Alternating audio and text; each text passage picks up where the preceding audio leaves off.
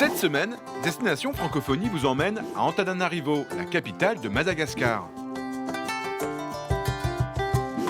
Bonjour.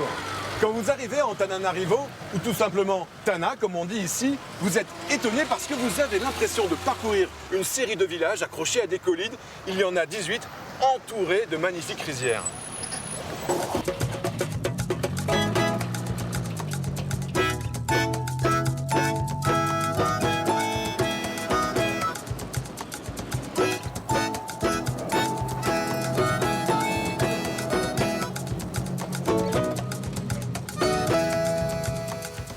Alors là, nous sommes au cœur du quartier des affaires de Tana. Et c'est là que nous allons rencontrer Raphaël Andrianirin. Il est responsable des opérations chez Iyzico. C'est l'un des principaux centres d'appel de Madagascar. Mais avant de le retrouver, voici son histoire.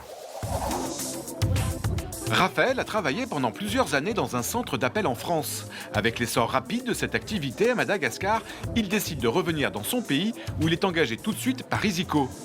Donc ils vérifient que leurs commandes sont bien prises en compte. Il y a 2 ans, cette société française fait le pari de s'installer à Antananarivo pour le service de relations clients d'entreprises françaises.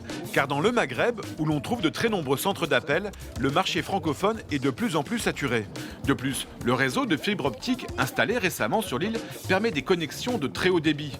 Iyzico décide alors d'investir. Techniquement d'abord avec des installations dernier cri et surtout en recrutant 300 jeunes malgaches.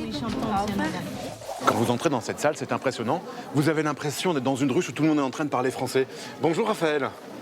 Bonjour Yvan. Alors ce métier de travailler dans un centre d'appel, pourquoi il est valorisé, pourquoi il est recherché? C'est un métier qui est tout récent à Madagascar et où ceux qui sont dans ce domaine-là ont la possibilité justement de valoriser cette langue qui est la langue française et qui est une langue de travail. Et est-ce que vous pouvez me communiquer une adresse mail rattachée avec votre commande? Alors qu'est-ce qui fait la spécificité d'un francophone? C'est qu'il a un accent qui se rapproche le plus possible d'un français lorsqu'il parle français. On ne reconnaît pas et on est d'emblée confiant lorsqu'on est pris en charge par un chargé de clientèle à Madagascar. Pour travailler dans un centre d'appel, il faut bien sûr maîtriser parfaitement le français, mais il faut aussi apprendre un métier. Et pour cela, Iyzico a même créé une académie. Son directeur est juste ici en train de faire une formation. Il s'appelle Jean-Michel Frachet. Bonjour Jean-Michel. Bonjour Yvan. Jean-Michel, pourquoi c'est important de bien former ses personnels dans un centre d'appel comme le vôtre?